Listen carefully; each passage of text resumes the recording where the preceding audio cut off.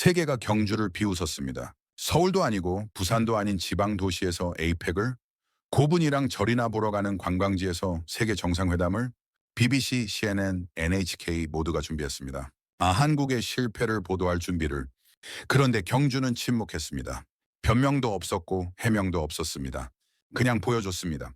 5분 만에 혼란을 질서로 바꾼 인천공항. 1400년 전 돌탑에 숨겨진 천문학. 황금 왕관 앞에서 트럼프가 감탄한 순간. 그리고 외국인 기자의 목숨을 구한 마을 주민들. 조용했지만 완벽했습니다.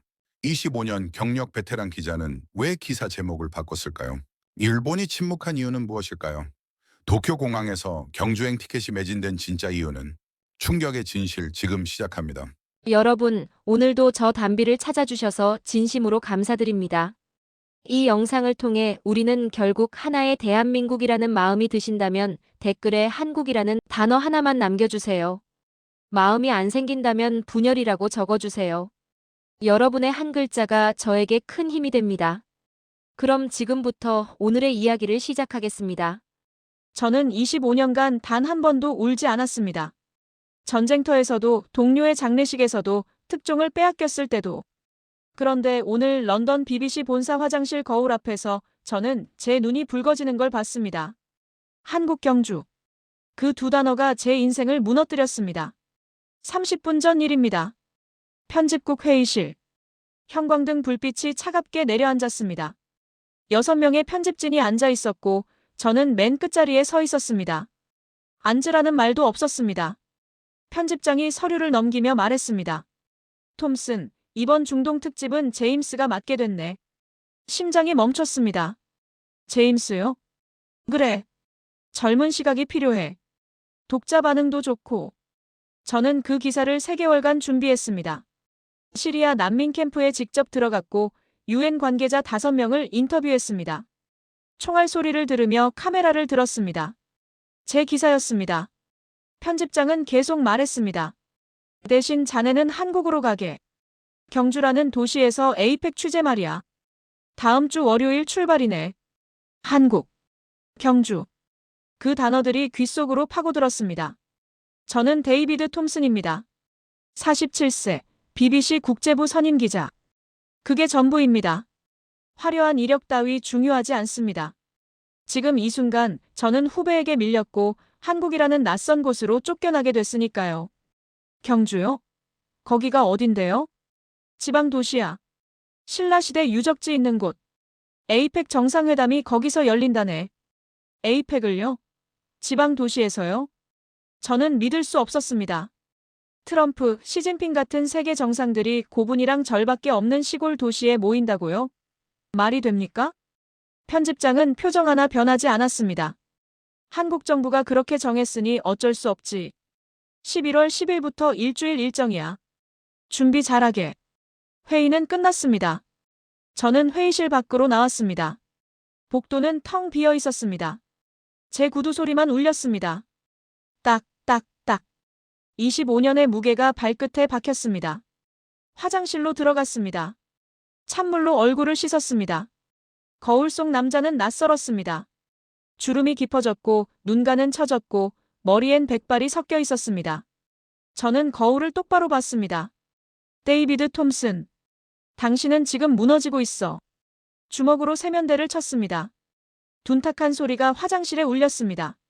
손이 아팠지만 표정은 변하지 않았습니다. 10년 전 기억이 떠올랐습니다. 아시아 기자상 시상식이었습니다. 무대 위 조명이 눈부셨고 저는 확신했습니다. 제가 받을 거라고. 하지만 사회자의 입에서 나온 이름은 달랐습니다. 올해의 수상자는 대한민국 김민준 기자입니다. 박수 소리가 귀를 찢었습니다. 저는 그날 밤 호텔방에서 위스키 한 병을 비웠습니다. 한국. 그 이름이 제 자존심을 찔렀던 날이었습니다.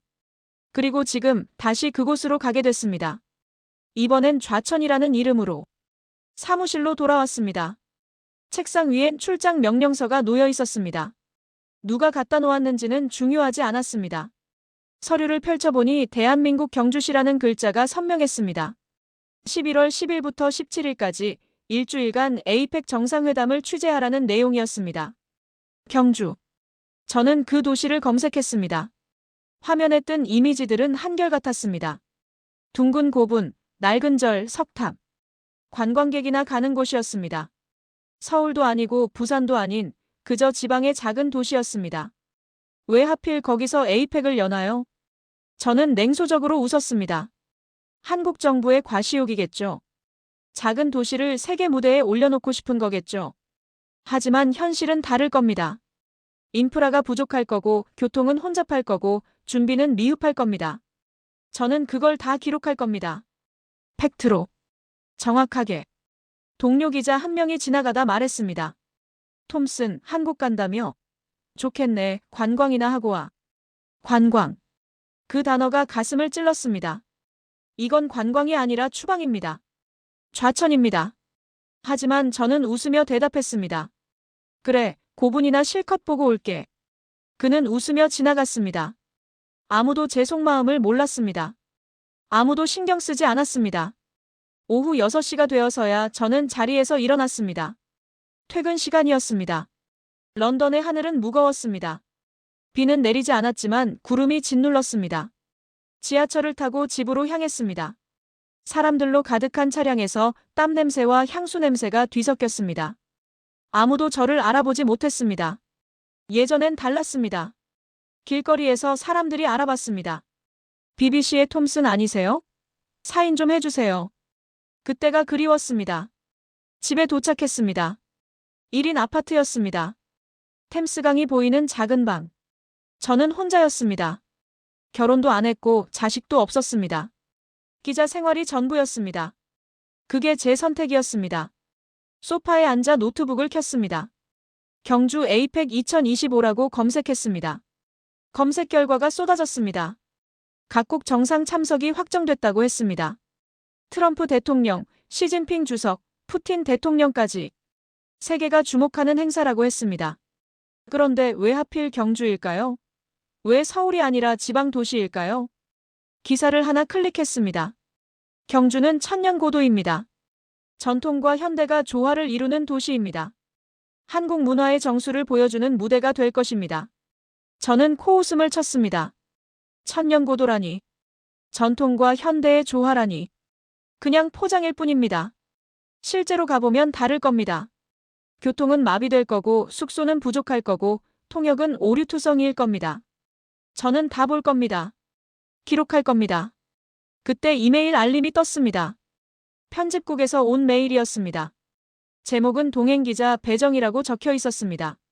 본문을 열었습니다. 톰슨 선배님, 이번 경주 취재에는 한나리 기자가 동행하게 됩니다. 한나는 한국계 영국인으로 통역과 현지 코디네이션을 담당할 예정입니다. 잘 부탁드립니다. 한나리. 저는 그 이름을 기억했습니다. 입사 3년차 26살입니다. 젊고 열정적이지만 경험은 부족합니다. 저는 한숨을 쉬었습니다. 통역이나 제대로 해주길 바랍니다. 창밖을 봤습니다. 런던의 밤은 어두웠습니다. 가로등 불빛만 희미하게 거리를 밝혔습니다. 차들이 지나가고 사람들이 걸었지만 소리는 들리지 않았습니다. 저는 주먹을 쥐었습니다. 좋아. 가보죠. 한국 경주. 팩트로 증명해주겠습니다. 그들의 허상을, 과장을, 준비 부족을 제대로 폭로해주겠습니다. 이번이 제 마지막 기회입니다. 실패하면 끝입니다. 편집국 구석자리에서 후배들 기사나 교정 보는 신세가 될 겁니다. 성공하면 복귀입니다. 다시 특종을 쓸 수 있습니다. 저는 데이비드 톰슨입니다. 25년 경력의 기자입니다. 그리고 이번엔 절대 지지 않을 겁니다. 인천공항에 도착한 순간 저는 예상이 맞았다고 확신했습니다. 사람들이 넘쳐났습니다. 외신 기자들, 관광객들, 공항 직원들이 뒤섞여 복도를 가득 메웠습니다. 소음이 귀를 찔렀습니다. 여러 언어가 뒤엉켰고 캐리어 바퀴 소리가 울렸습니다. 저는 카메라를 꺼냈습니다. 이거야. 혼란 속의 한국. 준비 부족의 증거. 셔터를 누르려는 순간 공항 전체에 부드러운 안내음이 울렸습니다. 현재 에이펙 모드로 전환합니다. 그 순간 모든 게 바뀌었습니다. 천장의 조명 색상이 바뀌었습니다. 따뜻한 주황색에서 차분한 청록색으로. 바닥에 LED 화살표가 켜졌습니다. 방향을 가리키는 빛의 길이었습니다. 그리고 어디선가 봉사단이 나타났습니다. 파란색 조끼를 입은 사람들이 각 지점에 배치됐습니다. 5분 전에 혼돈이 사라졌습니다. 사람들이 자연스럽게 줄을 섰습니다. 소음이 줄었습니다. 복도가 정리됐습니다. 10분도 안 돼서 공항 전체가 질서정연하게 움직이기 시작했습니다. 저는 카메라를 내렸습니다. 이건 연출이 아니었습니다. 시스템이었습니다. 입국 심사를 마치고 나오는데 작은 로봇 하나가 다가왔습니다. 키는 제 허리쯤 됐고 화면에는 웃는 얼굴이 그려져 있었습니다. 웰컴, 미스터 톰슨. 유어 버스 투 경주 디파츠 앳 엑시트 3. 완벽한 영국식 발음이었습니다. 저는 무의식적으로 대답했습니다. 땡큐. 그리고 곧 스스로 놀랐습니다. 로봇에게 감사 인사를 했다니. 게다가 진심이 섞여 있었습니다. 출구로 나왔습니다. 한나리가 기다리고 있었습니다. 26살 한국계 영국인. 검은 머리에 밝은 미소를 짓고 있었습니다. 선배님, 잘 오셨어요. 이게 한국이에요. 저는 대답하지 않았습니다. 대답할 수 없었습니다. 제가 예상했던 혼란은 없었습니다. 준비 부족의 증거도 찾지 못했습니다. 오히려 그 반대였습니다. 5분 만에 혼란을 질서로 만든 나라. 저는 처음으로 제 확신이 흔들리는 걸 느꼈습니다. 리무진 버스에 올랐습니다. 창밖으로 서울의 풍경이 펼쳐졌습니다. 고속도로는 깨끗했고 차들은 질서정연했습니다. 멀리 경주 방향을 가리키는 안내 간판이 보였습니다. 한나가 조용히 말했습니다. 선배님, 경주는 더 놀라우실 거예요. 저는 창밖을 보며 생각했습니다. 이건 내가 알던 동아시아의 풍경이 아니다. 버스가 달렸습니다. 저는 노트북을 켰습니다. 기사를 써야 했습니다. 하지만 손이 움직이지 않았습니다. 뭘 쓸까요? 혼란? 준비 부족? 그런 건 없었습니다. 저는 처음으로 두려움을 느꼈습니다. 제가 틀렸다면 어떡하죠? 버스가 경주 시내로 들어섰습니다. 저는 창밖을 보며 눈을 의심했습니다. 도심 한가운데 거대한 둥근 언덕이 있었습니다. 고분이었습니다. 왕의 무덤이 현대도시 한복판에 자리 잡고 있었습니다. 비효율의 극치군요. 저는 중얼거렸습니다. 저 공간에 빌딩을 세웠다면 얼마나 많은 수익을 낼 수 있었을까요? 하지만 한국은 그러지 않았습니다. 천년된 무덤을 그대로 뒀습니다. 한나가 조용히 말했습니다. 저건 천마총이에요. 1500년 전 신라 왕의 무덤이죠. 경주 사람들은 저걸 자랑스러워해요. 자랑스러워요? 개발도 못하는 땅을요? 네. 돈보다 역사가 더 중요하다고 생각하거든요. 저는 코웃음을 쳤습니다. 하지만 말은 하지 않았습니다. 거리는 생각보다 깨끗했고 시민들은 질서정연했습니다. 제가 예상했던 시골 도시의 모습은 아니었습니다. 버스가 컨벤션 센터 앞에 멈췄습니다. 저는 내려서 건물을 올려다봤습니다.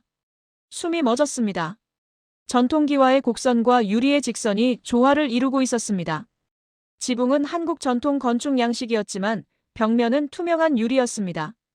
현대와 유산이 충돌하지 않고 공존하고 있었습니다. 내부로 들어갔습니다. 프레스룸은 최첨단이었습니다. 초고속 와이파이, 동시통역 시스템, 홀로그램 디스플레이.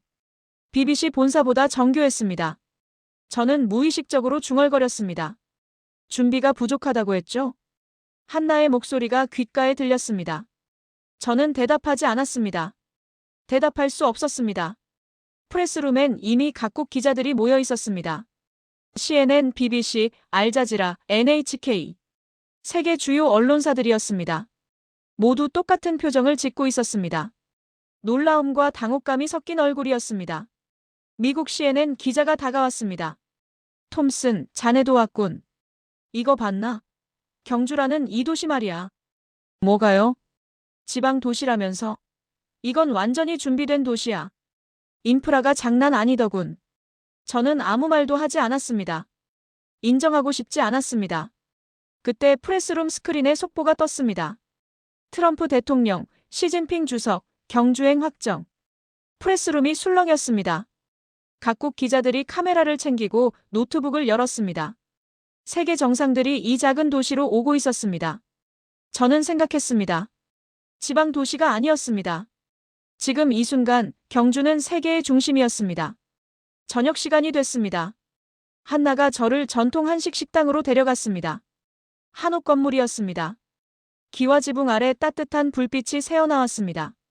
문을 열고 들어가니 나무 향기가 코를 자극했습니다. 식탁 위엔 작은 접시들이 가득했습니다. 15가지가 넘는 반찬이었습니다. 빨간색, 초록색, 노란색, 하얀색. 색의 조화가 완벽했습니다. 이게 다 반찬이에요? 네. 한국에선 이걸 기본이라고 해요. 저는 포크를 들었습니다. 한나가 웃으며 말했습니다. 젓가락 써보세요. 젓가락은 어렵습니다. 연습하면 돼요. 한국 문화는 연습으로 배우는 거예요. 저는 서툴게 젓가락을 잡았습니다. 김치 한 조각을 집어 입에 넣었습니다. 매운맛이 입안을 자극했지만 곧 단맛이 따라왔습니다. 그리고 감칠맛이 남았습니다. 단맛과 짠맛 사이의 절묘한 균형이었습니다. 매운맛과 단맛이 충돌하지 않고 조화를 이뤘습니다. 완벽한 구조였습니다. 저는 무의식적으로 중얼거렸습니다. 이건 단순한 음식이 아니군요. 한나가 미소 지으며 말했습니다. 비대칭의 조화예요. 불국사의 철학이죠. 완벽한 대칭보다 자연스러운 비대칭이 더 아름답다는 거예요. 비대칭의 조화. 그 말이 머릿속에 박혔습니다. 저는 다시 반찬들을 봤습니다. 15가지 접시가 모두 크기가 달랐습니다. 색깔도 달랐고 맛도 달랐습니다. 하지만 함께 어우러졌을 때 완벽한 한 끼 식사가 됐습니다. 맛조차 균형의 철학으로 설계된 도시였습니다. 식사를 마치고 밖으로 나왔습니다. 경주의 밤은 고요했습니다. 별이 보였습니다. 런던에선 절대 볼 수 없는 맑은 밤하늘이었습니다. 멀리 첨성대가 조명을 받아 빛나고 있었습니다. 한나가 말했습니다. 내일 첨성대 가실 거예요. 선배님 놀라실 거예요. 뭐가 놀랍다는 거죠? 그냥 오래된 돌탑 아닌가요? 아니에요. 그건 과학이에요. 저는 믿지 않았습니다. 1400년 전에 무슨 과학이 있겠습니까? 호텔로 돌아왔습니다. 방은 깨끗했고 창밖으로 불국사 방향의 불빛이 보였습니다. 저는 노트북을 켰습니다. 기사를 써야 했습니다. 손이 키보드 위에 올라갔지만 움직이지 않았습니다. 뭘 쓸까요? 경주의 혼란? 없었습니다. 준비 부족? 오히려 완벽했습니다. 비효율적인 도시. 천년의 역사와 현대가 공존하고 있었습니다. 저는 창밖을 봤습니다. 고요한 경주의 밤. 별빛 아래 잠든 도시. 하지만 이 도시는 조용히 숨쉬고 있었습니다. 저는 생각했습니다. 맛조차 설계의 언어였던 도시. 비대칭이 완벽한 조화를 만드는 곳. 내가 본 건 경주의 시작일 뿐이었습니다. 내일은 첨성대를 봐야 합니다. 그리고 월성을, 석굴암을. 저는 노트북을 덮었습니다. 아직은 쓸 때가 아니었습니다. 더 봐야 했습니다. 더 알아야 했습니다. 팩트는 확실해야 합니다. 그리고 지금 제 확신은 흔들리고 있었습니다. 다음 날 아침 경주박물관에서 사건이 터졌습니다. 신라금관 공개 행사였습니다. 트럼프 대통령, 시진핑 주석, 각국 정상들이 모였습니다. 저는 프레스존에서 카메라를 들고 있었습니다. 유리 케이스 안에 금관이 놓였습니다. 황금빛이었습니다. 아니, 황금빛이라는 표현으론 부족했습니다. 조명을 받은 금관은 살아있는 것처럼 빛났습니다. 나뭇가지 모양의 장식이 하늘을 향해 뻗어 있었고 옷구슬이 매달려 있었습니다. 각국 기자들이 일제히 셔터를 눌렀습니다. 플래시가 터졌습니다. 트럼프 대통령이 감탄하며 말했습니다. 이것은 왕의 상징이군요. 백악관에 전시하겠습니다. 통역이 그의 말을 전했고 한국 관계자들이 미소 지었습니다. 트럼프는 계속해서 금관을 바라봤습니다. 진심으로 감탄하고 있었습니다. 저는 그 순간을 놓치지 않고 촬영했습니다. 그리고 한쪽을 봤습니다. 일본 대표단이 서 있었습니다. 그들은 조용했습니다. 어제 그들이 가져온 선물은 벚나무 묘목이었습니다. 조용히 전달됐고 언론의 주목도 받지 못했습니다. 저는 머릿속으로 정리했습니다. 한국은 진심을 보냈습니다. 천년의 역사를 담은 금관을. 일본은 형식을 보냈습니다. 상징적이지만 빛나지 않는 나무를. 이건 기사감이었습니다. 행사가 끝나고 호텔로 돌아왔습니다. 방에 들어서자마자 전화벨이 울렸습니다. 런던 편집국이었습니다. 편집장의 목소리가 차갑게 흘러나왔습니다. 톰슨, 오늘 금관 사진 봤네. 네, 인상적이었습니다. 기사 쓸 때 조심하게. 한국을 너무 띄우지 마. 일본 정서를 고려해야 해. 심장이 얼어붙었습니다. 일본 정서요? 우리 시청자 중 상당수가 일본에 호의적이야. 한국이 너무 부각되면 균형이 안 맞아. 알겠나? 하지만 이건 팩트입니다. 트럼프 대통령이 실제로 감탄했고요. 팩트는 좋아. 하지만 톤을 조절하게. 너무 한국 편향적으로 쓰지 마. 균형 잡힌 시각으로. 전화가 끊겼습니다. 저는 핸드폰을 내려놓고 창밖을 봤습니다. 경주의 하늘은 맑았습니다. 하지만 제 마음은 먹구름이 꼈습니다. 진실보다 정설하니. 그게 언론입니까? 25년간 저는 팩트를 쫓았습니다. 진실을 썼습니다. 하지만 지금 편집장은 진실을 조절하라고 했습니다. 일본의 기분을 맞추라고 했습니다. 저는 주먹을 쥐었습니다. 노크 소리가 들렸습니다. 한나였습니다. 선배님, 괜찮으세요? 괜찮습니다. 아니에요. 얼굴이 안 좋으세요. 저는 한숨을 쉬었습니다. 숨길 수 없었습니다. 편집국에서 전화 왔습니다. 한국을 너무 띄우지 말래요. 한나의 표정이 굳었습니다.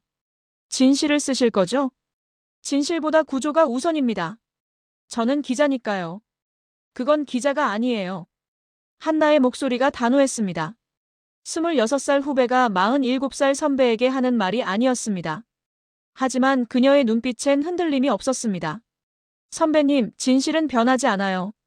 변하는 건 시선뿐이에요. 그 말이 가슴을 파고들었습니다. 저는 대답하지 못했습니다. 한나는 조용히 방을 나갔습니다.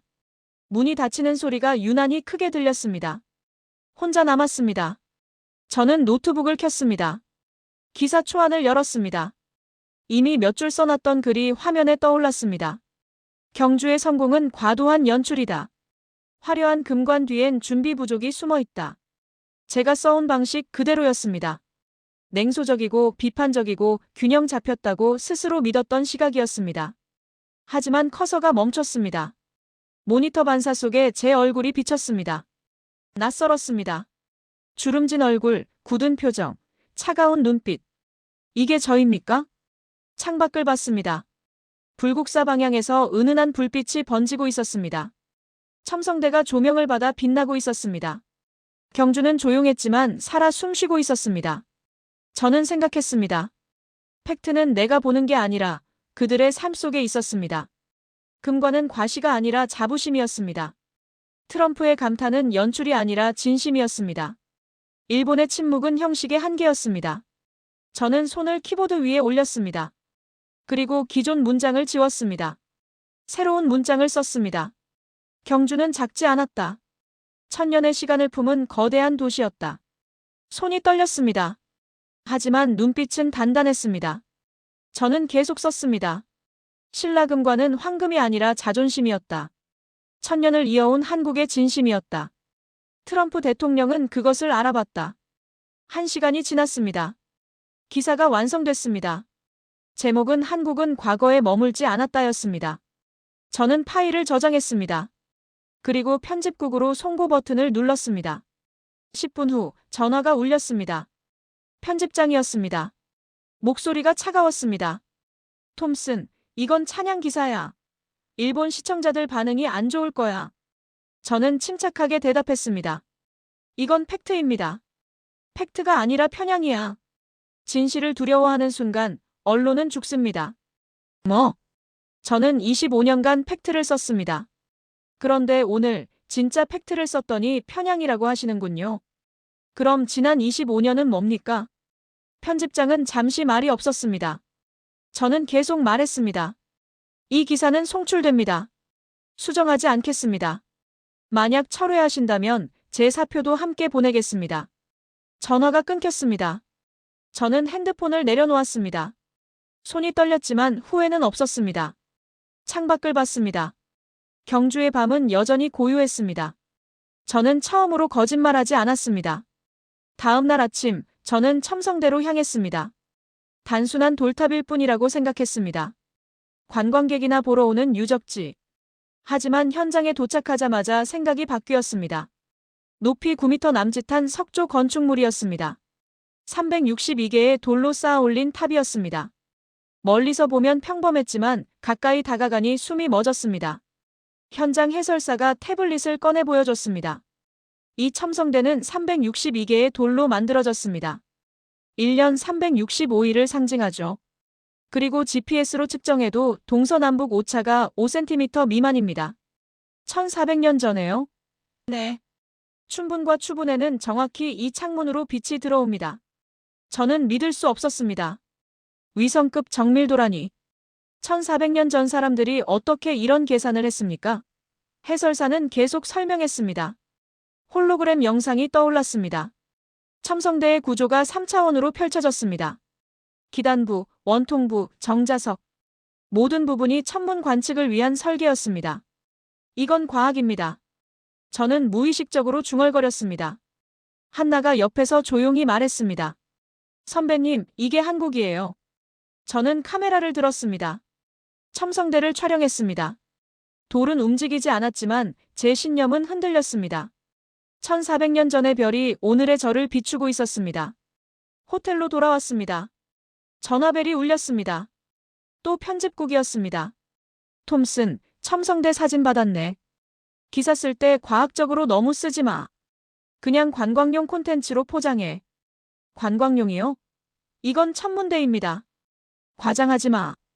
옛날 사람들이 무슨 과학을 알았겠어. 저는 전화를 끊었습니다. 더 이상 들을 필요가 없었습니다. 다음 목적지는 월성이었습니다. 신라 왕궁터였습니다. 발굴이 진행 중이었고 성벽에 배수 시스템이 노출돼 있었습니다. 서울대, MIT, 카이스트 공동 연구팀이 현장에 있었습니다. 한 연구원이 설명했습니다. 이 배수 시스템은 1500년 전 설계입니다. 현대공학으로 분석해도 완벽한 구조죠. 홀로그램 영상이 다시 떠올랐습니다. 물이 흐르는 경로가 3차원으로 표현됐습니다. 빗물이 성벽을 타고 흘러 지하수로로 들어갔습니다. 범람 없이, 침수 없이 완벽하게 배수됐습니다. CNN 기자가 저에게 물었습니다. BBC는 이거 보도 안 해요? 저는 얼굴이 뜨거워졌습니다. 이제 하게 될지도 모르겠네요. 한나가 조용히 말했습니다. 선배님, 고대의 기술이 아니라 철학이에요. 자연을 이기려 하지 않고 함께 흐르려 한 거죠. 그 말이 머릿속에 박혔습니다. 저는 노트에 메모했습니다. 자연을 정복하지 않고 자연과 조화를 이룬다. 한국의 철학. 숙소로 돌아왔습니다. 창밖으로 첨성대가 보였습니다. 조명을 받아 은은하게 빛나고 있었습니다. 저는 생각했습니다. 내가 믿어온 건 기술이었습니다. 그러나 여긴 철학의 기술이었습니다. 돌은 움직이지 않았지만 내 신념은 흔들렸습니다. 1400년 전의 별이 오늘의 저를 비췄습니다. 그들은 하늘을 정복하지 않았습니다. 이해했습니다. 노트북을 켰습니다. 새로운 기사 제목을 썼습니다. 천년의 과학, 오늘을 깨우다. 편집국이 뭐라고 하든 상관없었습니다. 저는 본대로 쓸 겁니다. 팩트보다 깊은 진실이 여기에 있었습니다. 저는 처음으로 제 오만함을 인정했습니다. 한국을 무시했던 제 자신이 부끄러웠습니다. 이틀 후, 저는 양동마을로 향했습니다. 500년을 이어온 집성촌이었습니다. 기와집과 초가집이 언덕을 따라 자리 잡고 있었습니다. 마을 입구에서 주민 대표가 맞이했습니다. 이건 전통이 아니라 우리의 일상입니다. 70대로 보이는 노인의 목소리는 단단했습니다. 저는 속으로 중얼거렸습니다. 이게 진짜 지속 가능성인가요? 마을을 걷기 시작했습니다. 돌담길이 이어졌습니다. 500년 된 나무들이 그늘을 만들었습니다. 집들은 낡았지만 정갈했습니다. 사람들은 여전히 이곳에서 살고 있었습니다. 한나가 설명했습니다. 이 마을은 유네스코 세계문화유산이에요. 하지만 박물관이 아니라 살아있는 마을이죠. 그때였습니다. 갑자기 숨이 막혔습니다. 가슴이 조였습니다. 목이 부어오르는 게 느껴졌습니다. 알러지 반응이었습니다. 선배님, 한나의 목소리가 멀게 들렸습니다. 저는 땅에 무릎을 꿇었습니다. 시야가 흐려졌습니다. 주민들이 달려왔습니다. 누워요. 숨 쉬세요. 119 불러요. 에피펜 있어요? 낯선 사람들이었습니다. 저를 처음 본 사람들이었습니다. 하지만 그들은 움직였습니다. 한 사람은 제 옷을 풀었고, 한 사람은 심폐소생술을 준비했고, 한 사람은 전화를 걸었습니다. 한나가 제 손을 잡고 울고 있었습니다. 선배님, 괜찮아요. 곧 구급차 와요. 저는 생각했습니다. 왜 이렇게까지 하나요? 나 같은 낯선 사람을요? 5분 후 구급차가 도착했습니다. 구급대원이 응급처치를 했습니다. 산소 마스크가 얼굴에 씌워졌습니다. 숨이 조금씩 돌아왔습니다. 병원으로 이송됐습니다. 응급실에 도착하자마자 벽면 전체가 디지털 스크린으로 바뀌었습니다. 제 출입국 기록, 건강정보가 자동으로 연동됐습니다. 의사가 태블릿을 보며 말했습니다. 영국에서 오셨네요. 알러지 이력 확인됐습니다. 걱정 마세요. 영국도 이런 시스템은 없었습니다. 기술과 인간이 동시에 저를 살렸습니다. 병실에 누웠습니다. 창밖으로 경주의 풍경이 보였습니다. 첨성대가 조용히 빛나고 있었습니다. 대릉원의 고분들이 석양을 받아 붉게 물들었습니다. 한나가 들어왔습니다. 눈이 빨갛게 부어 있었습니다. 선배님, 정말 놀랐어요. 미안합니다. 아니에요. 마을 사람들이 계속 전화하세요. 괜찮냐고. 왜요? 저를 모르는데. 그게 한국이에요. 저는 눈을 감았습니다. 내가 비웃던 그들의 감정, 그게 저를 살렸습니다. 감정적이라 무시했던 인간미가 기술보다 강한 힘이었습니다. 저는 깨달았습니다. 진실은 데이터가 아니었습니다. 진심이었습니다. 그들의 손끝이 제 심장을 다시 뛰게 했습니다. 저는 그들의 언어를 몰랐지만 그들의 마음은 알아들었습니다. 그날 이후 저는 다시 태어났습니다. 이번엔 BBC가 아닌 인간으로서의 저로 쓸 겁니다. 퇴원 후 일주일이 지났습니다. 제 기사는 그대로 송출됐습니다. 편집장이 결국 허락했습니다. 아니, 포기했습니다. 기사 제목은 한국 조용하지만 완벽하다였습니다. 전 세계 포털에 퍼졌습니다. BBC 공식 계정에 실렸습니다. 댓글이 폭발적으로 달렸습니다. 나는 경주를 몰랐다. 지금은 존경한다. 한국은 과거가 아니라 미래였다. 이 기자는 용기 있다. 진실을 썼다. CNN이 기사를 인용 보도했습니다. 헤드라인은 영국 기자의 각성, 한국에서였습니다. 일본에서도 화제가 됐습니다. 도쿄 주요 일간지가 특집으로 다뤘습니다. 한국, 천년의 품격을 보여주다. 도쿄 공항엔 경주 여행 상품이 하루 만에 매진됐습니다. 편집장이 전화했습니다. 톰슨, 내가 옳았다. 저는 조용히 들었습니다. 진실은 시청률보다 강하다는 걸 깨달았어. 특집 다큐 제작 승인됐네. 자네가 총괄해. 감사합니다. 아니야. 내가 틀렸어. 미안하네. 전화를 끊고 나서 저는 창밖을 봤습니다. 한 달 전 이곳에 오기 싫었습니다. 좌천이라 생각했습니다. 하지만 지금은 달랐습니다. 다큐멘터리 제목은 조용한 힘, 한국으로 정했습니다. 촬영이 시작됐습니다. 첨성대, 석굴암, 불국사, 양동마을. 모든 장면을 담았습니다. 그리고 제 인터뷰가 삽입됐습니다. 그들은 보여주지 않았습니다. 그냥 살아냈습니다. 한 달 후 다큐멘터리가 방영됐습니다. 시청률 12.8%. BBC 올해 다큐 1위를 기록했습니다. 마지막 날, 저는 한나와 대릉원 언덕에 올랐습니다. 노을이 지고 있었습니다. 경주의 하늘은 붉게 물들었습니다. 고분들이 석양을 받아 빛났습니다.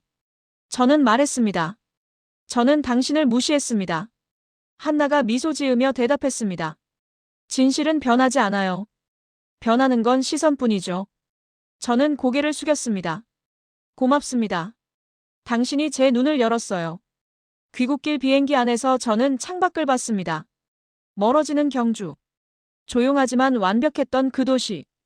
저는 노트북을 켰습니다. 새로운 기사 초안을 쓰기 시작했습니다. 제목은 진실을 가르쳐준 나라였습니다. 그들은 소리치지 않았습니다. 조용히, 그러나 확실하게 세상을 바꿨습니다. 진심은 언어보다 빠르게 전파됩니다.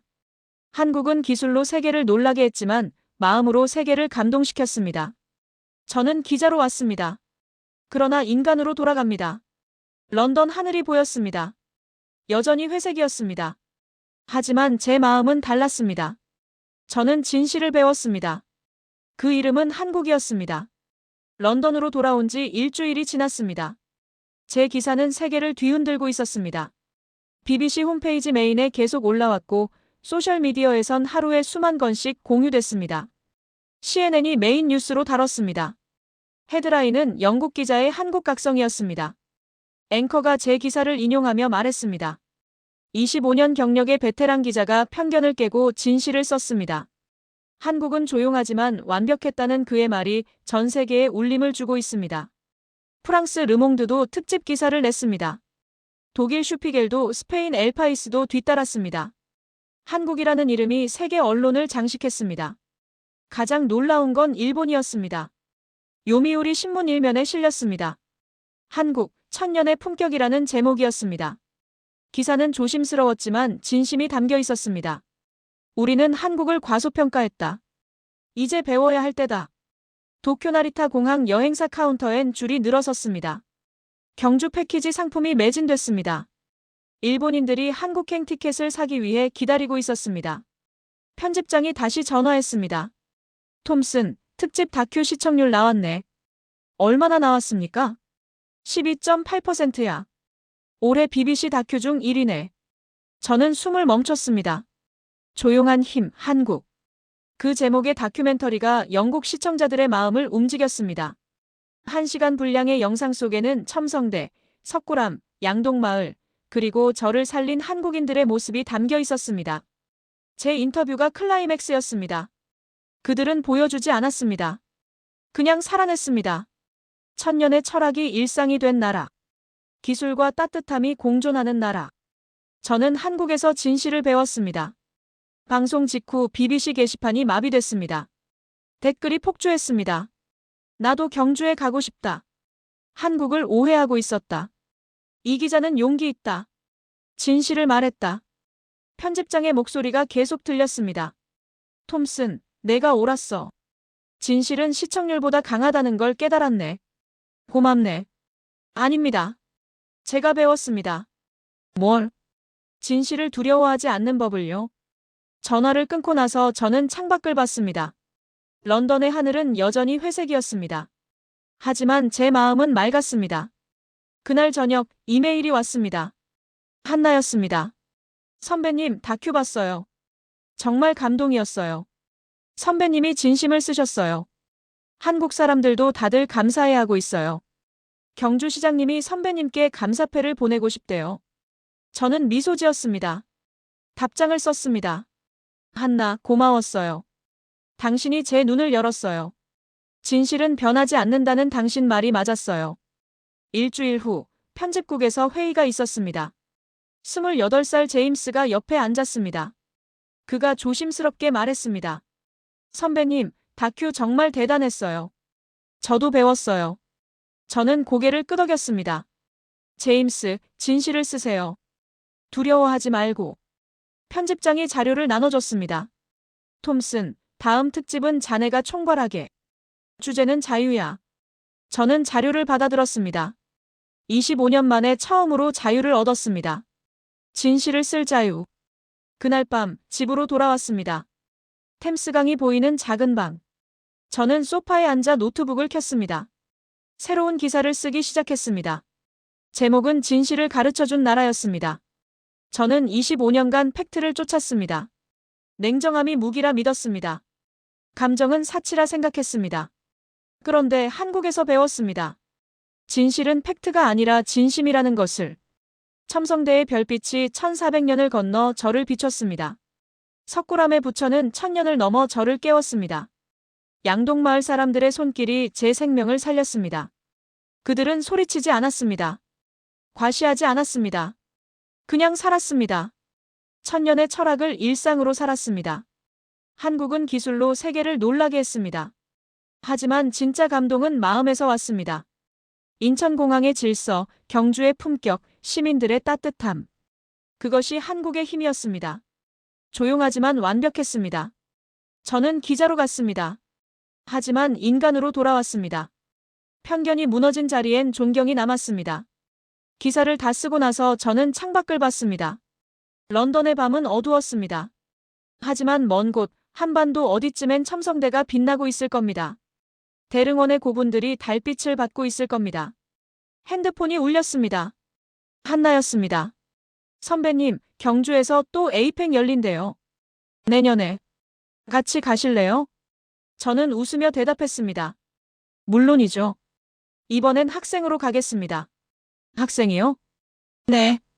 배울 게 아직 많으니까요. 전화를 끊고 나서 저는 책상 서랍을 열었습니다. 10년 전 아시아 기자상 사진이 나왔습니다. 그날 한국 기자에게 밀렸던 제 모습. 창백한 얼굴, 굳은 표정. 저는 그 사진을 찢지 않았습니다. 액자에 넣었습니다. 그리고 책상 위에 올려놨습니다. 잊지 않기 위해서입니다. 오만했던 제 모습을, 편견에 갇혀있던 제 자신을, 그리고 옆에 새 사진을 놓았습니다. 경주 대릉원에서 찍은 사진. 한나와 함께 웃고 있는 제 모습. 석양이 아름다웠고 하늘은 맑았고 제 얼굴엔 진심 어린 미소가 있었습니다. 저는 데이비드 톰슨입니다. 47세, BBC 국제부 선임 기자. 25년간 팩트를 쫓았습니다. 그리고 한국에서 진실을 배웠습니다. 진실은 변하지 않습니다. 변하는 건 우리의 시선뿐입니다. 한국은 조용했습니다. 하지만 완벽했습니다. 그리고 저는 이제 압니다. 진짜 힘은 소리 없이 온다는 것을. 조용한 힘. 그것이 한국이었습니다.